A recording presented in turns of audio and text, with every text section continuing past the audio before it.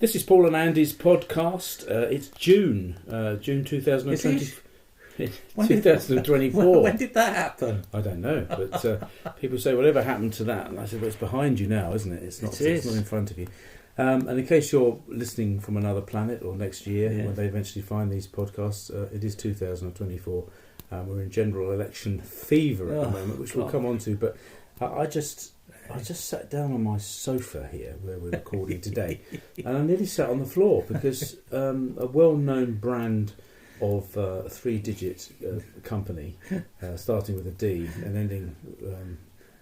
Do I mean that? Yeah, ending with an S. Yes. And you can imagine what it could stand for, actually, because I nearly sat on the floor. It's just sunk over the years we've had it, and I just think, why did we buy this? And then we had a technician came out because we complained that it was sagging. Right. And it was too low. He put taller feet on it.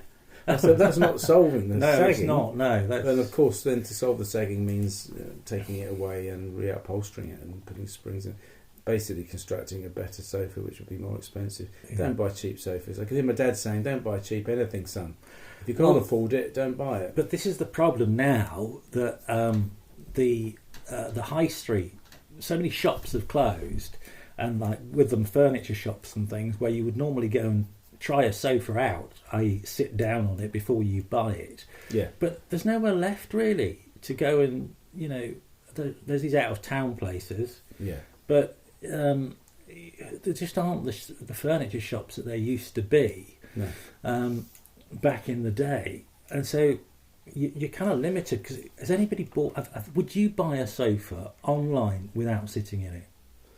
Well, I would have said no to that. That is crazy. I would always do that. But I did recently buy a car without sitting in it. Which fortunately seems to have worked out okay. Now my back has got used to the new seats. I told you it would. So no, you've got to sit on the sofa, and also I think you've got to. It's finding the shop that will show you the right kind of materials, the right kind of construction, something that you believe in, that you can sit on for a long time and be comfortable. Whereas, although people have said, "Oh, I quite like your three-piece suite," and I mean, they did. To be fair, they did give us a free, what might be regarded as a buffet, and in fact, it's a sort of storage thing, which clutters up the room. We didn't want, but it's very kind of them. Anyway, enough about sofas. Why are you so tired, Mr. Breer? It's because you took me out sailing this morning. Dinghy sailing in the sea, which I've never done before. I mean, I've been sailing before, but in big boats. Yes. But I've never been dinghy sailing. You're being a bit coy. I've done big sailing in big boats. You actually traversed the Atlantic. I have, yes. I've sailed across the Atlantic. So when was that? That was 2008. Right.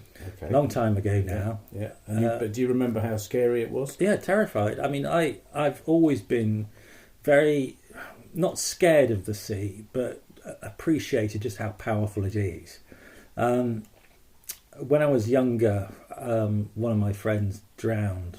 I think I was about 10, and he was in a canoeing accident. He was with the Scouts at the time, and they'd gone out canoeing in the sea off the east coast in Yorkshire, off Scarborough, and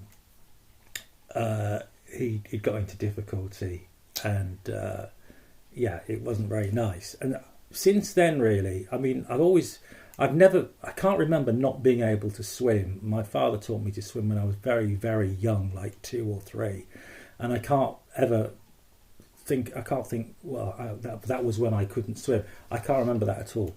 But so I've always been able to swim, and I've always been able to, I've always enjoyed going in the sea as a child, when we went on holiday. No problem at all. But I've always, ever since that happened, I've always thought, the sea's not to be messed about with. No.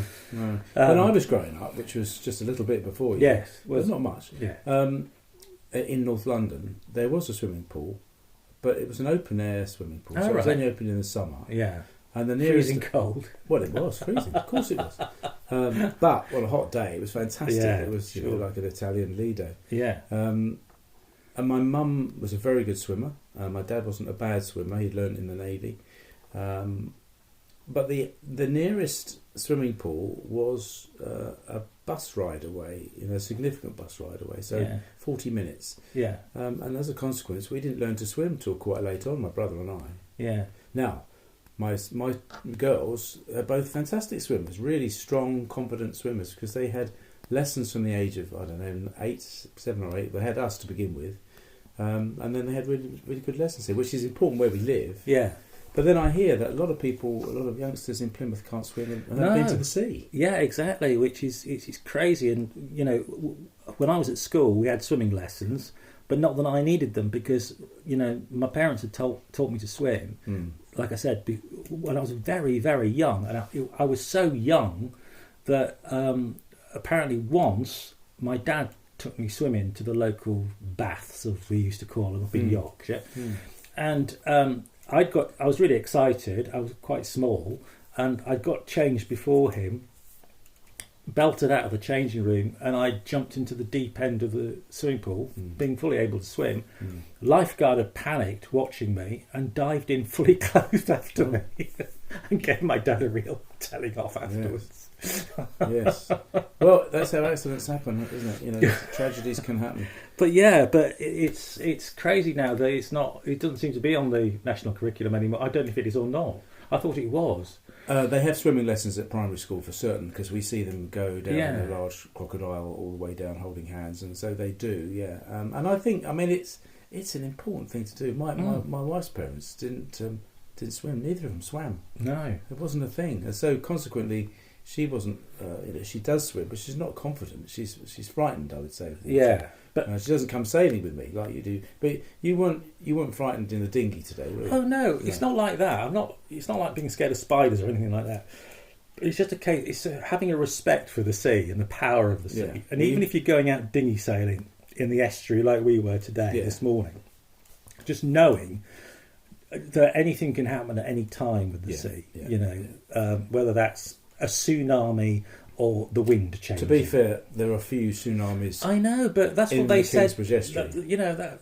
That's what they said in other places before. We've never had a tsunami before. And we weren't on the sea, I must admit. No, we weren't. The sea is a different thing. Estuary sailing and going up creeks, it's a lot calmer. Having said that, there were some gusts that came through that we were making us heel over and having to respond. I had to spill the wind off the mainsail because you weren't moving your arse quick enough sometimes. I know. Well, I've slowed down a lot. I'm slower than I used to be. When I crossed the Atlantic, I was much faster. I was a fitter man.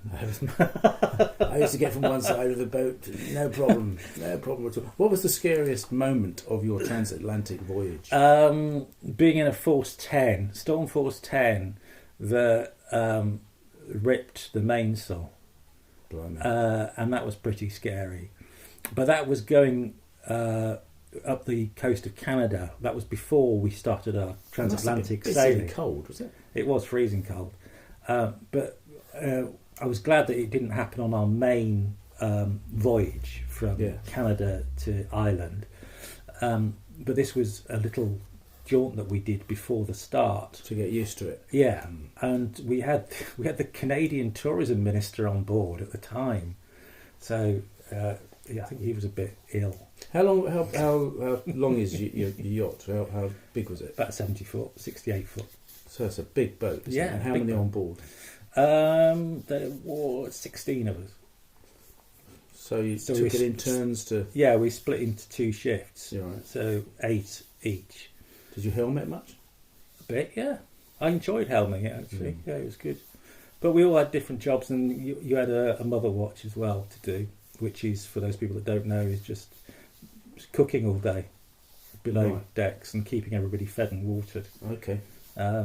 So now you've got a stove that's on a gimbal, which means that it keeps flat level, no matter what. Yeah. But even so, trying to stand up when it's heeling over is pretty tricky, isn't it? It's very, very hard to cook in a very small galley.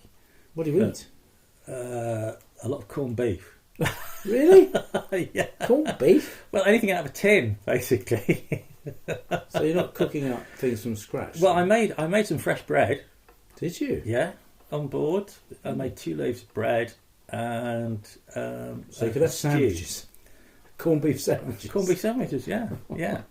I was going to write a book when I got back, the ultimate corned beef cookbook. Things to do. How can you make tinned corned beef interesting? Let me think about that for 2 seconds. Because you can make you can make a nice lasagna out of corned beef. No, yeah, you can. Really? I'll tell you how to do it. No, it's okay. But we had some corned beef the other day, and it didn't bring back good memories. I just thought, no, I didn't really like it then, and I don't like it now. But I had it with some Branston pickle in the sandwich, and it was pleasant enough. But you wouldn't go rushing. But it's like Spam, isn't it? I still like corned beef. I still like corned beef sandwich. It's one of those tastes that can transport you back in time.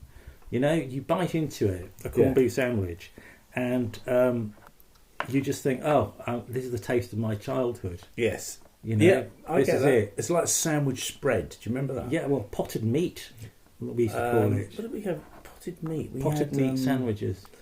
No, we had egg and tomato. Yes. It's still my favourite. Yes. And salad cream. Yeah. Yes. Because mayonnaise hadn't been invented, had it? No. What? Mayonnaise was for posh people. Yeah. Like yoghurt. That. Yeah. So I remember yogurts being invented. I mean, going to my auntie's house, she was well to do. Yes. And she said, "Would you like one of these yogurts?" I mean, I don't know. How would I know? Yogurt? And it was a ski yogurt, and they had those very definite sort of shaped pots with the false bottom. They made you look like much more than that. They were clever, weren't they? They were. But it had a fatter bottom than a narrow top. And I remember having a strawberry yogurt and thinking, "Oh, this is nice." And, you thought you'd arrived then, didn't you? Well, you know. You say that to somebody today and they look at you as if you're completely mental. Probably in Scandinavia they'd had yogurts for decades, but they hadn't reached our shores. I think when we were growing up it was still quite sort of dull, wasn't it? The repertoire of food really hadn't been impacted by Italy or France very much. I think I had my first pizza when I was 18. Well, my mum... And that was because my girlfriend said, "Have you tried pizza?" I went, "I don't know." And I don't know what you're talking about. My mum made, and this will resonate with anyone of a certain age, there was a TV cook called Margarita Patton. Oh, yes, I remember Margarita Patton. And she was a sort of a contemporary of Fanny Craddock, I suppose, and Zena Skinner and people like that. Those are names from my past. I've always been interested in food. And so she did a recipe for quick and easy pizza, and it literally was sort of very doughy bread base, with cheese and tomato puree and sausages cut in half long ways and put around the clock. That was pizza. No. Yeah. Gosh. So I wouldn't ever opt for it willingly. I don't mind. It's a bit like pasta. Yeah. I haven't been to Italy. Not yet. Not been to Italy. I've been to Greece a lot, but not Italy.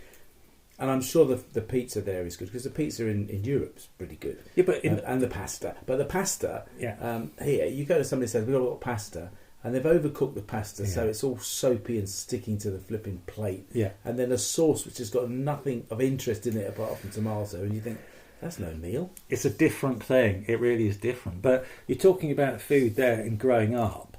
Do you remember going anywhere with your parents on a long journey? They'd never stop. Always sandwiches in the car. And we had to stop because we had an Austin A40. Oh, right. So it would overheat, probably. But there weren't any service stations or anything like that, were there? There were. Little chefs, and that was it. Little thieves, we used to call them. Little thieves. They were expensive. They were blooming expensive. We never went to one. No. It was considered... It was always sandwich. It's your sandwiches. Yeah. It's your sandwiches. And that's it. One. No choice. Yeah. That was it. Crisps. No drive-in restaurants. Plain or cheese and onion. Yeah. I think salt and vinegar had been invented, but I hadn't discovered it. Yeah. Yeah, and also we went sailing this morning. We had a bottle of water each. We didn't drink it because we were too busy sailing. But we had water everywhere now, don't we? Water coolers everywhere in the offices. You must drink more water.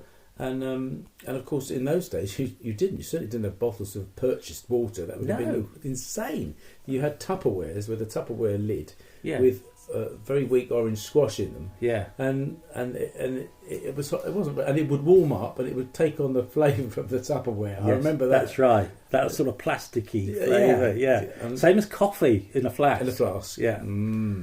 Although the coffee I made you when we went sailing was all right. It was very good. Yeah, very civilised. But I enjoyed sailing this morning because everybody thinks, "Oh, sailing. Oh, that's a rich person's pastime." Very middle class. It's not. It's environmentally friendly transport. It's the ultimate free ride, isn't it? If you think about it. Well, I love it. I mean, you and I both love it, and you either get it or you don't. If you like being in the outdoors, in reasonable weather, or even in less reasonable weather, you just love embracing nature. It sounds a bit of a poncy thing to say, doesn't it? But being out in nature. If you get on a boat and you can work out a way of making the wind blow this big lump of cloth with forward or backwards or sideways, if you can harness the power of the wind, and it's free. Yeah. It's amazing, isn't it? It is amazing, and it's just such a nice place to be, out on the water, away from everybody, just having that sort of peace and quiet. It's a really... I don't know. It's a great way of clearing your mind, isn't it? And freeing your mind. I don't know why it is, but it is. And also, I think it's the background analogy for life. You know, it's you need to decide where you're going. You need to launch. Ideally, go with people to make it a corporate thing. But just make sure you know where you're going. Make sure you've got all the things you need with you. Be prepared that sometimes your life will go into the doldrums. That means that you won't have any wind and you'll be just sitting there waiting. But be sure the wind will come. Yeah. The wind will come, and if you just pull a sail in a bit or let a sail out a bit or just lean the boat over a bit, you'll catch that wind and you'll be off again. Now, you might not be sailing in the place you wanted to go to straight away, but if you tack towards it or if you move and zigzag because of the wind forcing you to zigzag, then you will get to that place. You can still do it. And that's life, isn't it? Because you think, I want to be this or I want to do that. But in order to get there, things come along and stop you doing it. Yes, and also the route that you have to take rather than you ideally want to take might actually be more interesting than the original route that you had planned. And there's no good getting all upset and smacking the side of the boat. As my father used to say, this, you don't want people with you that are blowing holes from the inside, because there's enough damage that can be done from the outside. Yeah. So you just need to hold on and also don't just be saying, I've had enough of this, I'm leaving, I'm going to abandon ship, because that's A, it's dangerous, and B, you sometimes you've got to weather the storms, haven't you? Yeah. This sounds a bit deep, but as two people who have weathered some storms in their lives, I think that the sailing analogy is perfect. It's just, and you've got that kind of underplaying that any little voyage that you do. When the wind got up today, I was having to think, do I spill some wind? Do I bear away from the wind? Do I go up to, what do I do? Are we safe? Is my crew moving? Do I need him to balance it? Is he sailing? So you're constantly assessing where you are with nature, aren't you? And making adjustments.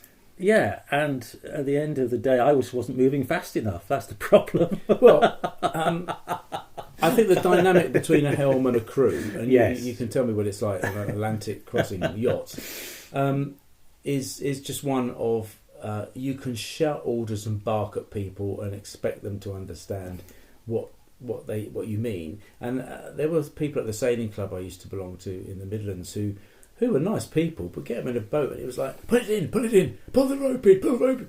And it's like, hang on a minute, what are you talking about? Just don't shout, pull the rope in. There's 8 ropes in front of me, a blue one, a purple one, a blue and green one. Which one do you want me to pull in? Yeah. Explain it to me. Take time. Yeah. And also, I hope you noticed this, but when you did a good tack and when you sort of did move across the boat quickly and you did get the jib sheet in so we were sailing more effectively, I said, nice one, Andy, that was a great tack, well done. Yeah. Even if I had my fingers crossed at the time because I didn't really believe it. But positive reinforcement, you know? Yes, absolutely. But, well, thank you for that. I really appreciate it. And I look forward to going sailing with you again because I really, really enjoyed it this morning. And it's a long time since I've been in a boat. And like I said, I've never done any dinghy sailing before, but it was a beautiful day, and I just feel so privileged and very, very lucky that you took me out on the water. Oh, right, I'll take you again. But the thing is, you never ever know, do you? Because we could make a plan, as I said earlier. Make this plan to go. You say, I'll see you down at the boat. We'll launch the boat. We've got a thermos. We've got some water. We've got the gear on in case it rains. Off we go. Oh, the wind's completely died. Oh well, get a paddle out and you paddle along and When I got the boat out ready for us today, I'd brought it round from a boathouse where I keep it up at a friend's house, and it's the boathouse is right on the creek. And I picked the right day with the tide, and I managed to get somebody to come along and crew for me. And we got the mast up, we got it over, it pushed it out, and it started to rain. It started to drizzle, and then it was persistent rain. Yeah. Well, I'm kind of locked into this now. We can't go, oh, well, let's put it back and do it another day, because there might not be another easy day. So we just embraced the rain, and I know it was. We weren't soaked through. We were just wet, and it was okay. We paddled. We had a paddle each, an oar each, and we paddled. And then we got to the end of the creek just as it came out into the main sailing area, Wide Gates on Salcombe Estuary.